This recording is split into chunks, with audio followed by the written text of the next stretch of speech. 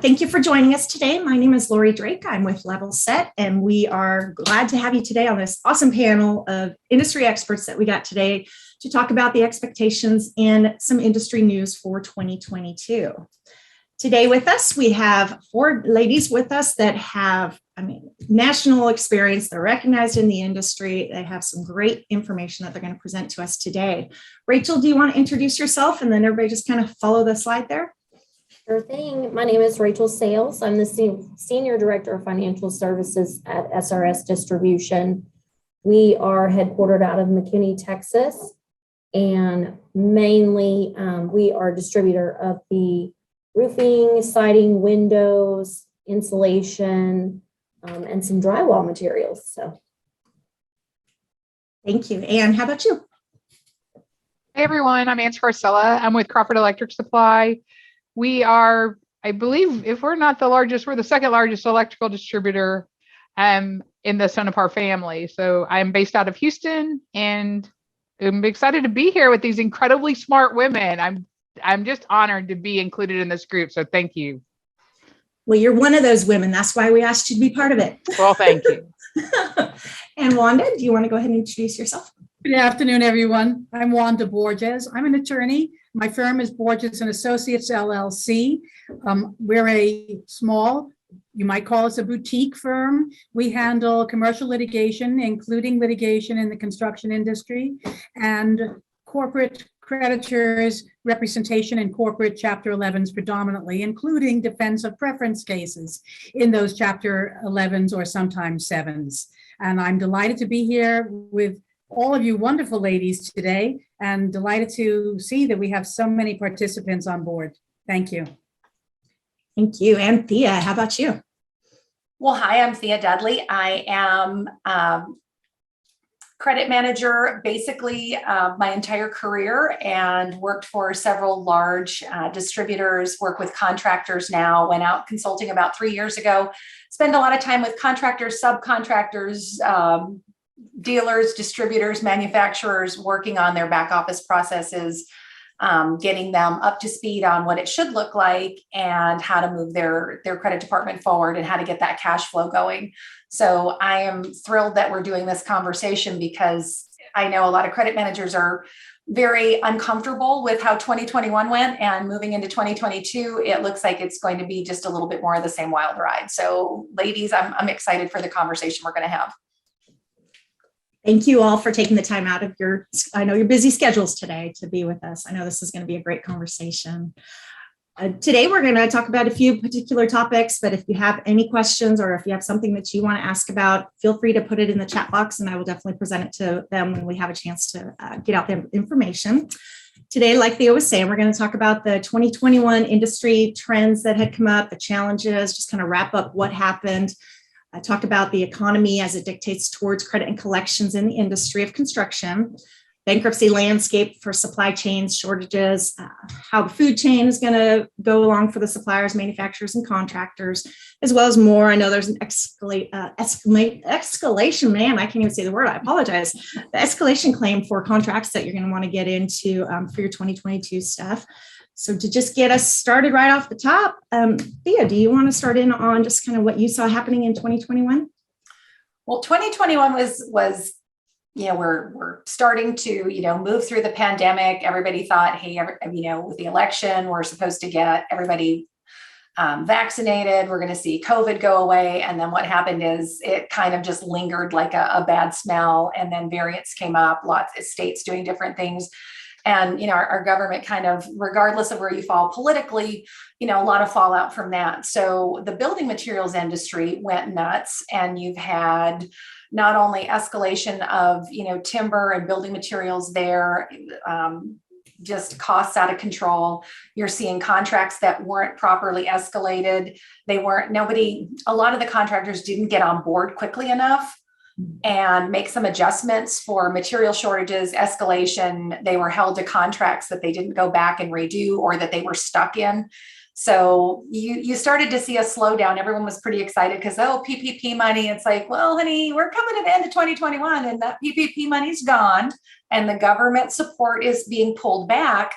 And now you're seeing, a lot of those contractors didn't plan appropriately, and that hits the suppliers who also are facing challenges from the manufacturers just getting materials. So it's like the perfect storm of stuff. And every report I was sharing with the group before we started, I just finished reading the Dodge construction report that came out. And it looks like our growth is going to continue through 2026. You're not going to see a slowdown of building and materials. So that's going to cause a lot of challenges. And unfortunately, credit managers are in the thick of that, which then brings Wanda's group into it, because you're going to your attorney going, what do I do? How do I fix this? And it impacts your liens, and it impacts, how your contracts roll out. Thanks. Hey, Rachel and Ann, I know you're in the thick of the credit side of things. What kind of challenges did you see, I guess, stand out the most in coming forward or going forward? Well, We- just to I add, think- Oh, go ahead, sorry. Rachel. Oh, just to add, onto what Thea was saying, definitely with the material shortages, that's been huge for all of our customers. For us as the distributor, that's been a challenge, and it's not anticipated to let up until close to the end of next year, end of 2022. So that's going to be something that people are going to have to continue to navigate. But internally, I think companies are having to navigate employee issues. So people were home for such a long time in 2020, trying to make the decision as an employer, do you bring people back into the office, or do you let them continue to work from home, or do you now have some sort of hybrid model? There are some people that were really successful working from home, and then there's other people that were not as successful. They struggled with it. And how do you determine who comes back and who doesn't, and how much time do they spend in the office versus being, back at home working and having two workstations and two platforms, coming back and forth.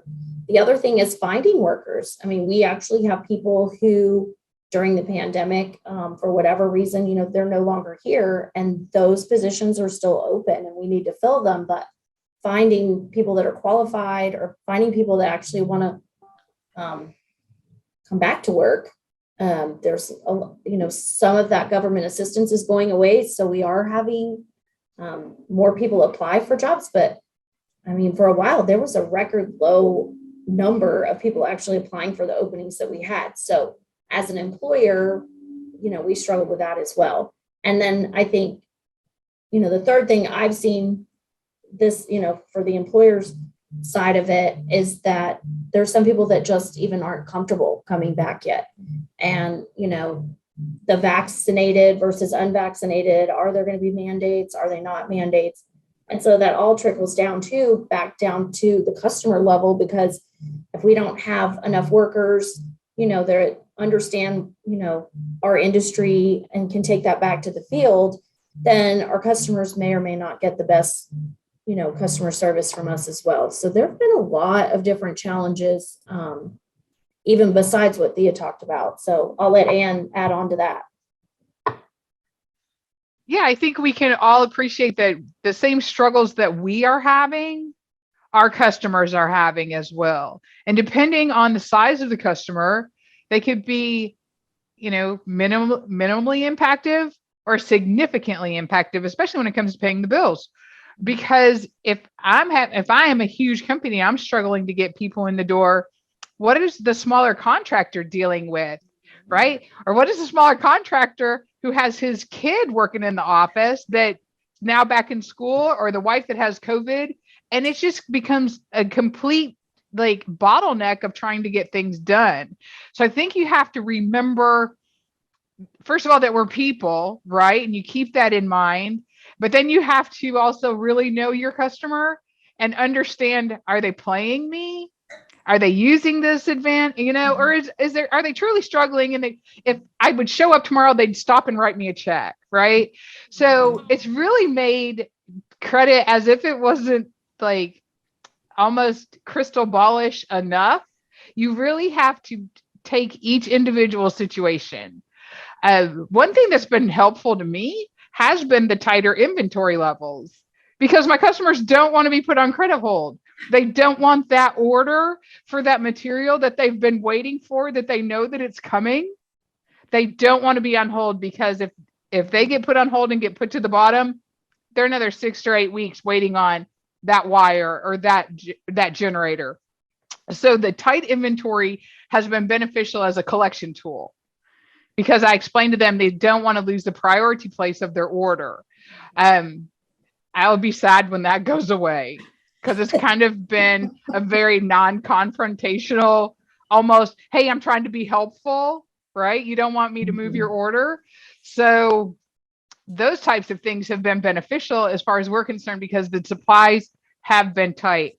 Material sitting, in Long Beach at the port for God knows how long or how much longer has been a real challenge. So when we do get that material in, our customers are very happy to know that their orders are on the way, and they don't want a past due bill holding it up. So for a collection tool or a collection standpoint, I'm feeling very, very lucky. Kind of worried about what's going to happen when that changes. Well, as Rachel said, it sounds like you still get the whole next year for that. Yeah, but blessing, curse, right? Yeah. Sometimes they're all one and the same. We have another year to figure it out. So Well, Wanda, about the you're time we got it this- figured out, something else will change. We know that Yeah, and very if I can well. comment on the collection side, interesting that Ann mentioned on the collection side, which is pretty much, I come in on both ends. I come in at the beginning where I see my contracts, my clients' contracts, which are, we were just chatting about earlier. Clients have to, all of you, everyone in the construction industry, now is the time to take a look at your contracts, because if your contracts are bad, you're going to find yourself trying to collect on that contract later on by way of a mechanics lien or by way of a lawsuit. And you're going to find out that you can't collect because your contract is bad. But I want to say something about in 2021 from the collection side, what we have been finding on behalf of our clients where we're trying to collect some of this debt is that we've been running into, and this may sound odd, but we've been running into pretty honest business people where they literally had problems, these kinds of problems, supply problems, employee problems, COVID problems. And they were teetering on the verge of, am I going to survive or am I going to go bust? And some of them managed to be able to pay a debt of, $1,000 a week. Some of them couldn't pay at all. Some of them were able to get some PPP money and pay off a lump sum. So it's not, we weren't finding the usual, oh God, they're ignoring us because they really are trying to get away without paying. We actually found honest business people who wanted to pay their bills, but just were struggling tremendously to do so. And our clients were as flexible as could be. I represent some of the concrete companies in particular, and they were as flexible as they possibly, cement companies rather, they were as flexible as they could be, in particular with the ready mix concrete small businesses. Wanda, I want to jump in on that, because I do really think that the majority of the people do want to pay their bills. There's always going to be a subset of people who are just out there to get what they can. I have those types of customers as well. But I do know that if you sit down and you talk with your customer and really listen, they want someone to listen to them. They want someone to understand, because they do want to pay you. And if that means, hey, you owe me $10,000, you know what? If I knock this down to $7,500, can we get it paid off in this X amount of time? They're very happy to do something that they believe that they can do. I do think, really, honestly, people want to pay their bills for the most part. And people do get into bad situations, bad contracts, where then they're trying to make good on their obligations, regardless of whether they got paid or not. So I think there's a lot of that you have to take into consideration when you are trying to negotiate your collection and your debt of your customer. And equally as important, maintaining that relationship with the customer. So your salespeople aren't out trying to find another one or replace them. You're trying to salvage and grow that customer, who then becomes even more loyal because you worked with them through a very difficult period. So I think there's a lot of benefit to that, other than just also collecting the debt. And Anne, you're so right in one thing, in particular, in one thing you said, maintaining a relationship for the future. It often surprises me when I have a client that says, I don't want anything to do with them in the future. All I want them to do is pay the bill and be done with it. And we just had one very large case where the debtor was like, if they'll just work with us and give us time and acknowledge that there were some problems with some of the product, we'll pay it all and we'll continue a relationship in the future. If they don't want to buy us to buy from them in the future at all, well, then we'll settle the debt, but we're going to settle it a lot less. And the client, believe it or not, said, no, we don't want anything to do with them in the future, make them pay. And the client had something like a $400,000 debt. The debtor would have been willing to pay probably close to they had a $700,000 debt. The debtor probably would have been willing to pay between $500,000 and $600,000 because they had some claims for issues. And the client said, no, we don't want anything to do with them. We will never take another order from them whatsoever. And we ended up instead settling the debt between $400,000 and $500,000 instead of between $500,000 and $600,000. Is that shooting yourself in the foot? I think so. I think that's where I a lot of think so, too. emotions get in the way. And I'm sorry, Anne, that a lot of emotions get in the way and egos get in the way and they kind of bow up. And and I hate that I'm going to say this, but I'm going to put it out there. Sometimes being female in a male dominated industry, you get to leverage that a little bit where, you're not having that bravado moment and you can get those egos down. But sometimes people just dig in and they're like, there's been a wrong, I have an injustice, and I'm going to make my point. And they do shoot themselves in the foot. It's funny, you ladies are talking about this. I don't even think it was a month ago. I did a webinar with some other people, and we were talking about the fact that most people do want to pay their bills, and the credit manager can help them do that. They just have to ask for the help. Most people are willing to help them, look through their finances, look through the situations that they have going on. So if you have a credit manager that won't help, that makes it a little less likely that they're going to ask for help from a next person too. So I would have been interested to see, Wanda, what the logic behind that was, if there even was any, or they're just like, nope, this is how it is today. We're digging in. There was no logic whatsoever. And it was very interesting because we got the claim through another law firm. And the client, I have a feeling the client may have been more flexible because we've dealt with this client in the past, but the lawyer that was our local counsel was, I'm trying to be polite, most difficult to work with. Wow. To the point where Sometimes they're challenging. where my associate was coming to me saying, Wanda, I'm ready to kill her. And I am ready to kill her. She doesn't get it. I could get this case settled for $600,000, and she's insisting that the client will not bend at all. So the lawyer, in that case, the lawyer got in the way. Okay. Well, if we want to move on to the next topic, just kind of economy as it dictates toward credit and collections in construction. I know you had talked a bit about that, but if somebody wants to kind of elaborate more on that. Well, just based on what I read through that Dodge report, again, we're going to be seeing escalation through 2026, where you're not going to see a slowdown in the build. And the residential market, new residential, is going to remain super hot.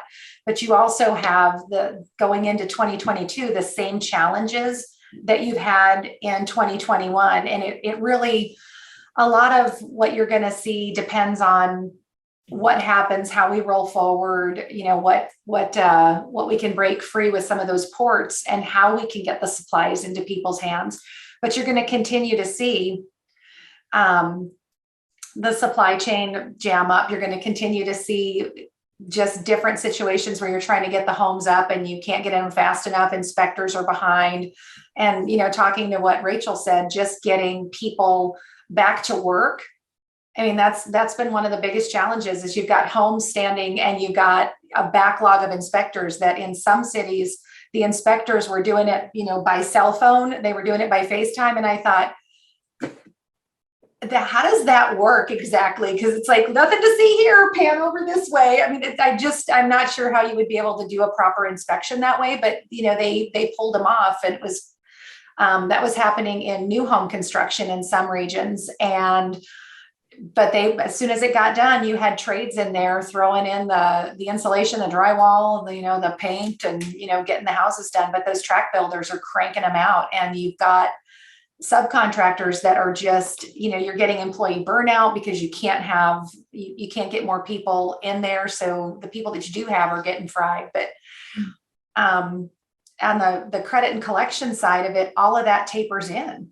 I mean, every single bit of that tapers into how you're able to collect money, because some of those guys are smaller contractors and they don't get to you until in the evening. So you've got to be a little bit more flexible. I know that for different customers, I've answered my phone at, 8, 9, 10 o'clock at night, and because it's the only time you can get them, and they're not dodging you. That's if someone's on a roof, or they're installing something, or they're, you just got to take them when you can get them. And not everybody thinks that way. And it's tough.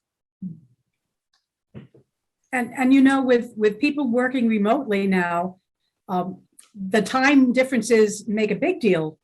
I have a little bit different. I'm not dealing necessarily with the contractors on time differences, but I'm dealing with clients, and some of whom are not even in the country with where I am. And I have some clients that I have to be on a phone call with them at 8 o'clock in the morning, because that's the only time that I can reach them, that they're still awake. And other times, it could be 8 o'clock at night for the reverse. So yes, you do have to be flexible. As you're talking about the chain supply, I have 2 articles that I read. One was from November 21st, and it said, they say that the global supply chain woes are beginning to recede, but shipping, manufacturing, and retail executives say that they don't expect a return to more normal operations until next year, and that cargo will continue to be delayed if COVID-19 outbreaks disrupt key distribution hubs. So they're anticipating perhaps a return to normal. And yet now last week, we have a new variant, Omicron, which fortunately they say is not as serious as Delta was. But another article from December 7th, that was yesterday, of course, talks about, and this is their subcaption. Well, the caption was "Stuck at port for 54 days, how one ship's delays hurt small businesses." And the subcaption was "Stuck aboard the A Kinka were Halloween boots that missed Halloween, games for Christmas that arrived late, and lighting fixtures for a new hotel." So it's not just the construction industry, it's every industry across the board. And they talk about waiting for, among other things, TVs, cookware, guest sets, meant for a toy company, computer monitors sitting on another ship. Then here, an interesting comment, more than 100 companies needed cargo on the 570-foot long ship, including giants like Amazon. But for smaller businesses that were waiting for just 1 or 2 containers, the delays have taken a heavy toll, leaving some with disgruntled customers and significant financial pain. So it seems like the supply chain is getting better, but it by no means is it where it used to be. I have one of my own clients says, we are going gangbusters with construction orders, and we can't fill them because our stoves and refrigerators are sitting on the docks in California. So I think this is going to be with us. This supply chain issue is going to be with us for a while. Well, and then I think the supply chain issue. Sorry, Ann. I think the supply chain issue is going to be with us a lot longer than we really even realize, because the majority of these businesses are smaller businesses, and they are the ones that are being the most adversely impacted by this, because they do have they're not getting a ship with 100 containers. They're not placing an order. They're doing good to fill 1 or 2 containers of all of the items that they need. And so therefore they're down at the bottom of the line, because it's obviously based on space and volume. So when you add all of those smaller businesses, that's the majority of what the business is in this country.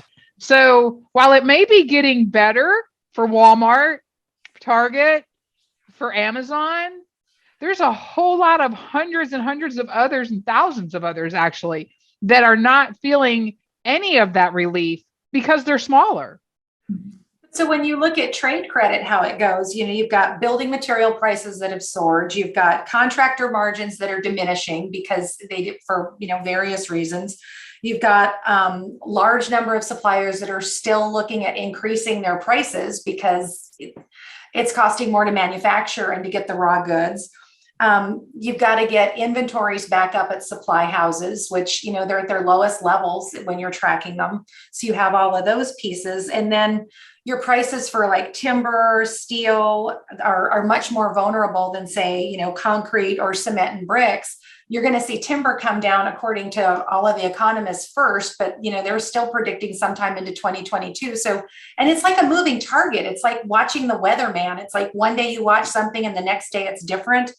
So you're having to look at how construction companies are coping, and then how they're leveraging their suppliers, because they're coming back and they're like, hey, Ann, I'm jammed up. Can you help work with me? And so you're having to see, maybe you'd carry somebody before you wouldn't, or you would put some type of deal together that wasn't there before. So you still have all of these factors. And the economy with that is just like a moving target. So every day you have to course correct, and it feels a lot like standing up in a hammock. Yeah, on that same subject, we had a question that came through. They said a lot of suppliers that I work with are leveraging the shortages to manage their credit risk. In other words, selling to their larger customers and not taking as much risk on the smaller customers. Do you agree or disagree with this approach? I've seen it used. It makes sense, on a lot of, it's like, why would I put materials or labor on the ground to someone who's iffy? Mm-hmm. Why would I not sell to one of my better customers that I know I'm going to get paid by? And so those are the kind of decisions that you're having between credit departments and sales departments. And some of these sales guys, I know they're not this ignorant. They're not this obtuse about it. There's just no way nobody gets it, where, well, that seems unfair. It's like, it's not unfair. I'm having to watch my company's assets rather than just, sell to whoever showed up first. It's like, look, your margins stink. You pay me in 90 days. You're not a good risk. In fact, you're past due right now. Why would I send more product out the door? Anna, Rachel, do y'all have that going on much in your offices? I think we have that conversation daily, right? I do. The mix of my portfolio at Crawford has changed incredibly. Initially, I dealt with strictly industrial customers, the larger customers that are okay in times like these, right? The GEs, the Toshibas, the Taz's, things like that. The big oil companies, which are those are a whole nother segment. But now I have a lot of contractors mixed in with my industrial customers. And it is, depending on who's in front of me, it is a different conversation and a different world, because while they are similar, they are equally different. And so you do have to try to understand your customer, and if you sell them this, are they going to be able to pay you, right? When everyone wants this one generator that I have, who gets it? Does the person who came to the table first with the order get it? Does the person with the best credit get it? It's a challenge, and it is definitely another instance of why you have to have the respect of your salespeople and reciprocate that to them so you can work together. Everything that can be a problem with sales can also be solved by working with them. And this is an environment that is absolutely necessary that we work together. Yeah. Mhm. Yeah, we do have that conversation, just like Ann said, almost daily.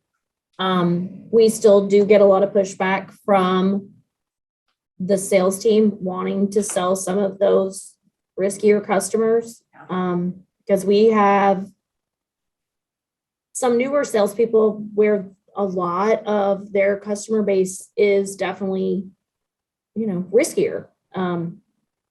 Albeit the CEO wants us to try to put that precious material that takes months and months and months to get here into the hands of the contractors that we've been selling to that are paying timely. But there are times where we are taking a risk on a new company because a lot of those have popped up because of COVID. People lost their jobs, so they're trying to go out on their own and start their own companies. And we will sell to some of them, but we do keep a tighter leash.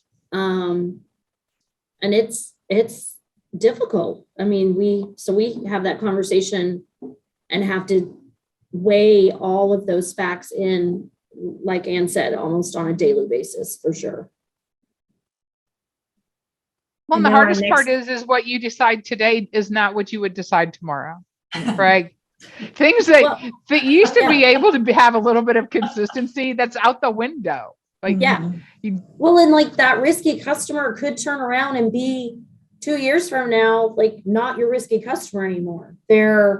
They've done everything they said they're going to do. And I think someone said this before, then you've got them with their loyalty because you took a chance on them when someone else wouldn't. So there's also that plays into it. And I mean, they're awesome until they're not. That's what they all are. That's about how much warning we have. They're awesome until they're not. So That's a great way to put it and segue into when they're not awesome and it's not necessarily their fault. Wanda, I know you're probably dealing with the bankruptcy landscape currently from 2021 and going forward right now. How do you see the changes and what do you think is going to happen going forward? Well, 2021 was a fascinating year. Actually, 2020 into 2021 was a fascinating year because for how many years Congress was trying to develop a small business bankruptcy act that would work. They finally did it in February of 2020. And February of 2020, no one really knew there was a COVID yet. All of a sudden came March of 2020, we were in the middle of a COVID pandemic. And so the SBRA, the Small Business Reorganization Act, had passed and effective February 2020. And within a month, Congress moved fast. Can you imagine that? Congress moved fast. Within a month, Congress moved to the point where they said, we're going to increase the limits for a small business, subchapter 5 small business bankruptcy from the 2 million plus that it was to $7,500,000. That was only supposed to be for 1 year until March of 2021. That was extended until March of 2022, which is only 3 months from now. And we're not really sure what we're going to see. It's a very interesting thing that has happened with bankruptcy. Bankruptcies are actually down. Bankruptcies have dropped. I have statistics that show Chapter 11 filings. The highest was in 2020 of 7,129 Chapter 11 filings nationwide. That number dropped through November of 2021 to 3,414. So what does that tell us? It tells us that we may have had a lot of bankruptcies in 2018, 19, and the peak in 20, but a lot of companies closed their doors and walked away in 2021 because they just couldn't do it with the COVID and not getting supplies and not having any business. They just walked away. They are continuing to see a drop. It's very interesting when we look at some of the states, percentage-wise, between 2020 and 2021.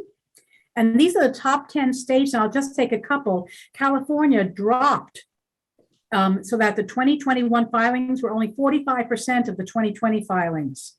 Texas, 38% of the 2020 filings. New York, 38%. What's another big state? Georgia, 39%.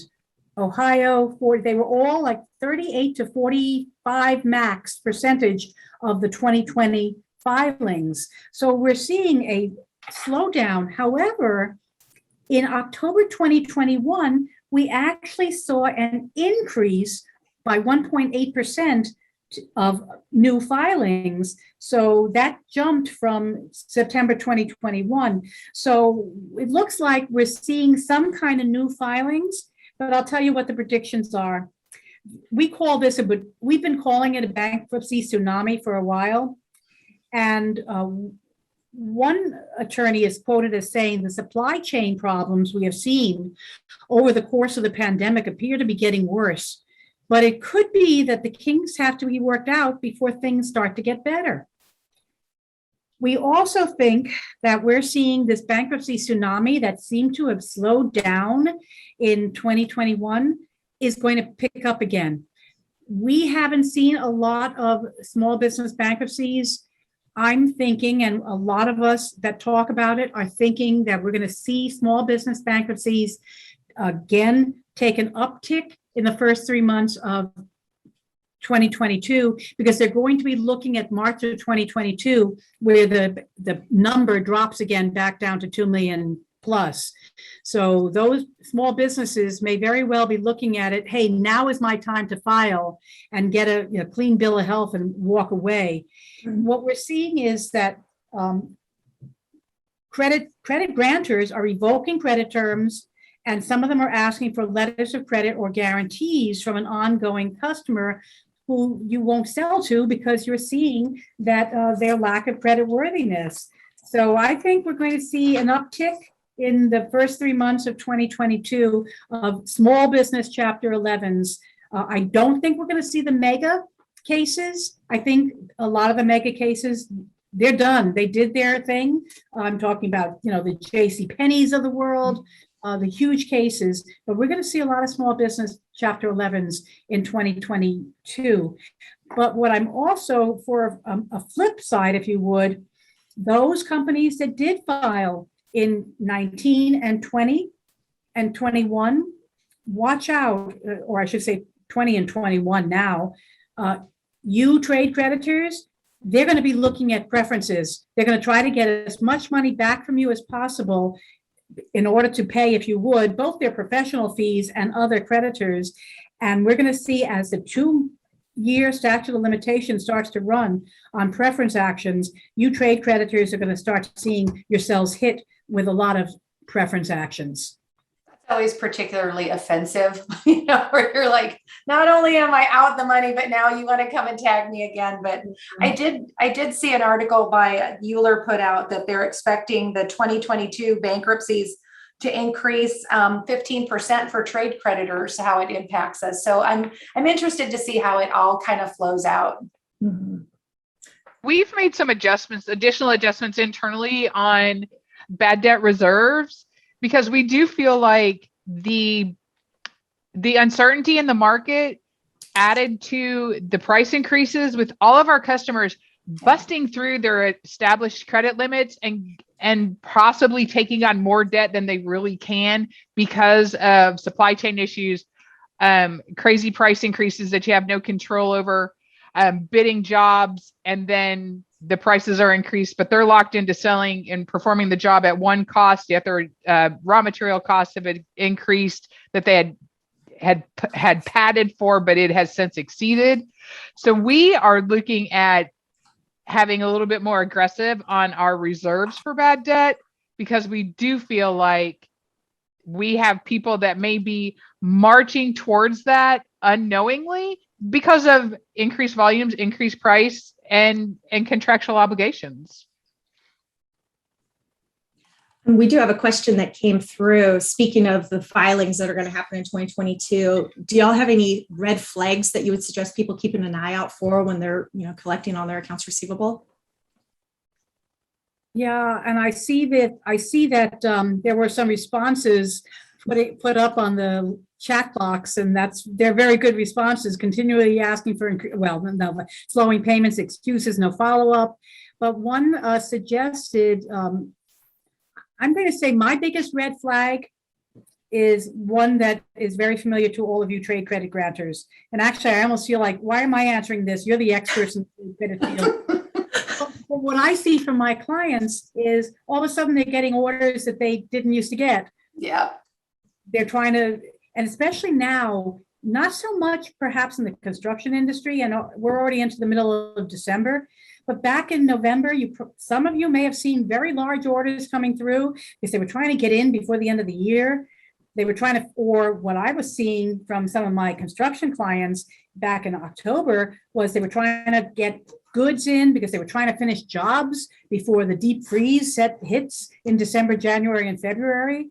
So, those large orders are always unusual. unusual kinds of orders they're asking for. And you said you got a generator everybody wants.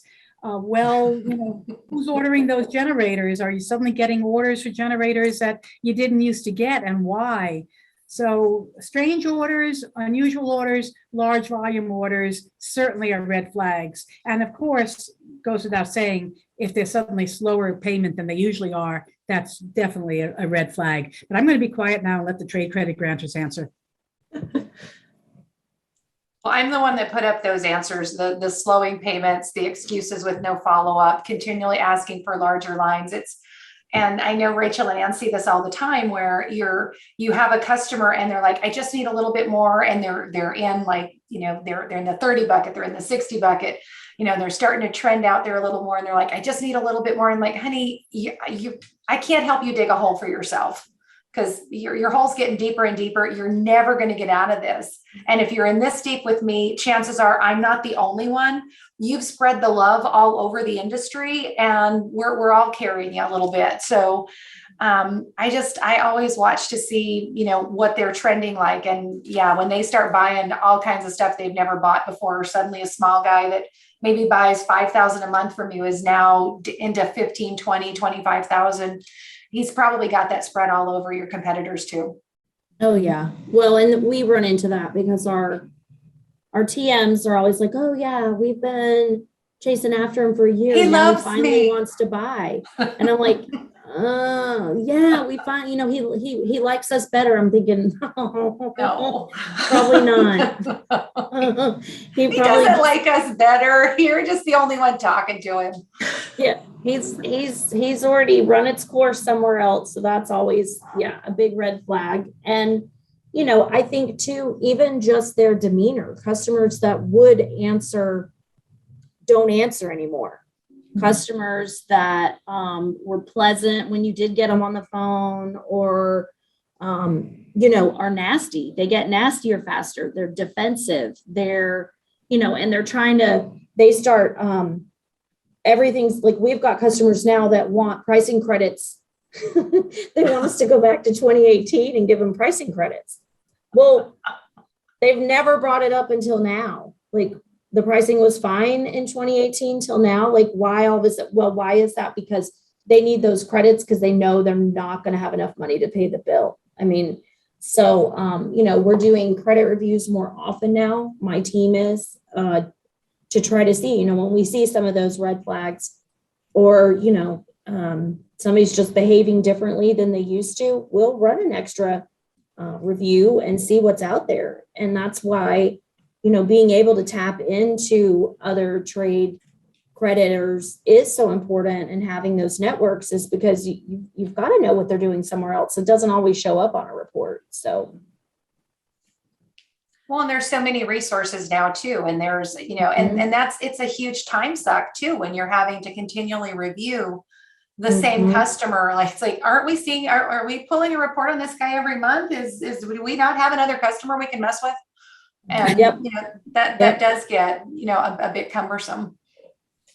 Well, and you're speaking on a question that just got put into the chat, Thea. How often would you review a customer's credit line and the situation they're in? I'm assuming it's probably changed currently than what people normally do, but what would you suggest? Well, I'm going to look at Rachel and Ann and go, I want to hear what you guys do. I mean, I know what I typically used to do and what we're having to do now are two different things, because you're standing in the trenches with these guys going, okay, you want 50,000, but you're worth 30, and I've got you at 60. And, and now you're pushing for, this, that, and the other. And there's only so much I can do for, and you keep reviewing them because they're eking out. And it's just craziness. I would say typically, I've been in the industry that I'm in for 16 years. So 5 years ago, let's say, we were doing reviews. Everybody says they want to do them once a year, but that was not happening.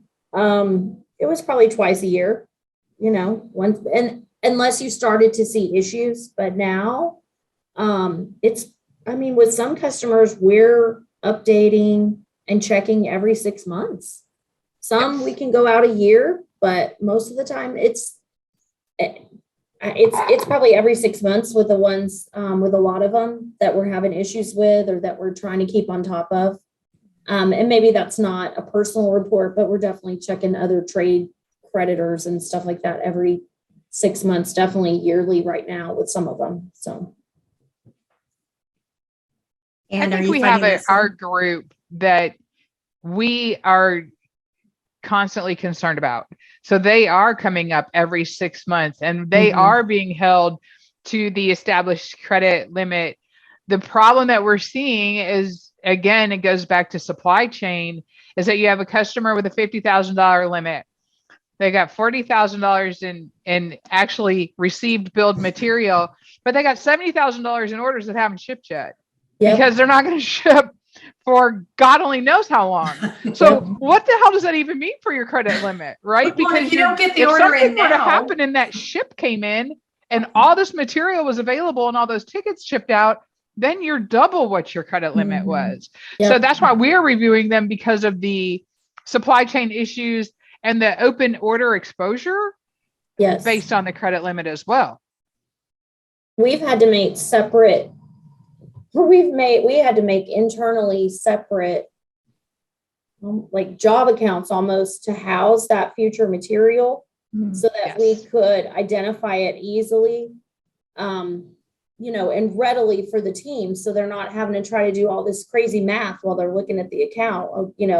They might need something now, but like you said, they've got $70,000 worth of orders for the future. So we've actually created a separate job account that doesn't have, they can't ship off of it, but they can key the orders there. And then when the orders are ready to ship, we move them to a billable job account, provided that the credit line is there, but it's the same thing. But we've got customers that literally have sometimes, $200,000 on order easy, and they've only got $100,000 credit line for sure.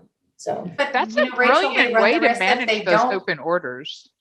Well, if they don't put it in, they run the risk that they're not going to get in line for when you do get it. So Exactly. I understand where they're coming from too. They're Yep. kind of panicking because they're like, can I at least get, my credit line will be, I'll have that paid off by the time this Right. gets here. And you're like, Right. well, I hope you can, because otherwise it's another conversation we're having. yep. Well, and another thing is, you mentioned credit lines. You've got to keep your eye on those credit lines. I know Yep. too many of my own clients get themselves into trouble because they Yes. pay no attention to the credit line. So what's Nope. the sense of setting a credit line if you're not going to adhere to it? So I hear Thea, what you just said makes all the sense in the world. They may have a $100,000 credit line, but they've got 200,000 in orders. But the trade credit grantors must have to make sure that, but you're not going to ship the 200,000 until you get paid for something. But I had one client who had a customer, Circuit City it was, back in 2018, and Circuit City had a $900,000 credit line, and they had let Circuit City go up to something like $13 million. Wow. And I'm like, are you out of your mind? How did you do that? Well, but they were paying so great and they were such a wonderful customer. And we were feeling like, yeah, until they filed Chapter 11. Yeah. They're Yeah. great till they're not. Mhm. Everybody pays you till they don't. Well, and I know we're getting close on time. So just to get the second end of this topic, how does, in your opinion, the bankruptcy that will have the people will file affect the food chain, from the suppliers to the contractors to the manufacturers? It touches everybody because like Wanda was saying, now you're looking at preference claims that, are boomeranging back at you from stuff that, you put to bed 2 years ago and you're like, oh my God, it's back. It's like a bad penny. And you have to go dig everything out, but it increases material costs. It increases costs of jobs. It just kind of escalates everything up. Yeah, and jobs is very important. And remember, most of the bankruptcy judges will be very cognizant and very empathetic about jobs. J.C. Penney actually confirmed its Chapter 11 with paying nothing to the unsecured creditors, but by allowing it to confirm its Chapter 11 and have an ongoing business, they saved 80,000 jobs. So that's very important to think what's going to happen if a business does file. How will the judge look at it? we have all these venue arguments about where to file, but a lot of attorneys are going to look for the most favorable judge that's going to help that Chapter 11 debtor stay alive for things such as the vendors, the trade creditors, the vendors, the employees, and try to keep that business going forward. But Wanda, look at some of the smaller companies. I mean, we're talking about really giant companies where they have that ability. But if you're looking at a company that has like 6 to 8 employees, or maybe 100, or somewhere under that 100 cap, and they do a quick and dirty Chapter 7, or they try to go into an 11, all of those you get several of those and they factor in, and it'll be interesting to see what the judges do for some of those smaller companies. Well, and yes, I actually listened to or participated in a judiciary night about a month ago, where they had all the Eastern Region judges from New York on a call as to what they were seeing and what they were doing and what they were trying to do, in particular for the small businesses.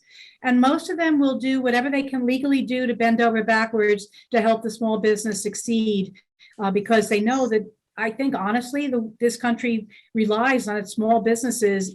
Yes, we have the giants, but you're so right. The giants will always be there, but it's the small businesses that really make this company go around.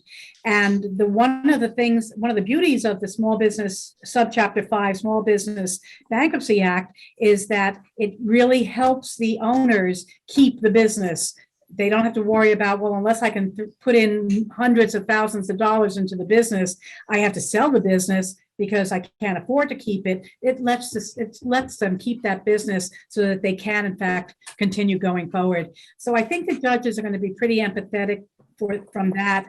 And what we're seeing is, despite the venue argument that everything gets filed in Delaware, it's not anymore. We saw everything filed in Delaware. Then we saw Texas being a big filer. Yeah. Then we saw Virginia being a big filer, and the Northern District of Illinois being a big filer. But I think more and more now, even if the venue bill doesn't pass, I think we're going to see a lot more local companies filing with local judges. Yeah, but I don't know how I feel about that, where, the judges are like, hey, we're going to be empathetic. It's like, okay, I get that.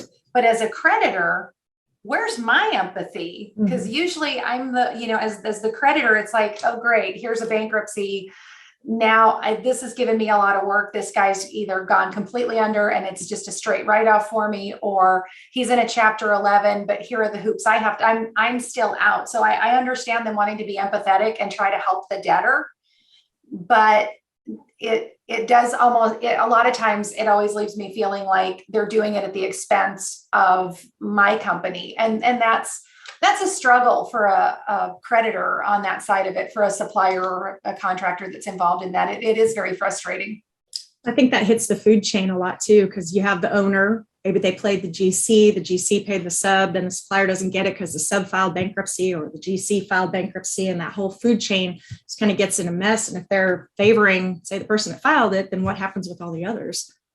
Well, and that's a good point, Lori. Again, a reminder that if you've got bond rights or lien rights, you've got to make sure you adhere to them. Because if you've got bond rights, you're going to get paid in that Chapter 11. So despite what other unsecured creditors get paid or not, lien rights, of course, it's iffy depending on who you have the lien against. But lien rights will give you a leg up. Bond rights will give you very much a leg up. And more often than not, if we can see bond rights, we're going to get that creditor paid. Does anybody have anything else to add into this before I let you all go? I know I kept you extra long, but I appreciate all of your time. And this was a lot of great information. And just for those that did attend and maybe missed a few things, there will be a recording that'll come out tomorrow that we'll share as well via the email that you signed up with. And you'll be able to, take a look at the notes and kind of see the transcripts of everything that was said as well. And Thea, Rachel, Wanda, Ann, thank you so much for being on here. I love having people of your caliber share all this information. It was, like I said, it was very thorough. Thank you. I want to throw one more thing out there for anybody that did tune in. If you guys think of questions that you would like to ask after the fact, get them to Lori and she'll be able to get them to the group and we can definitely answer those for you after the fact as well. I appreciate that.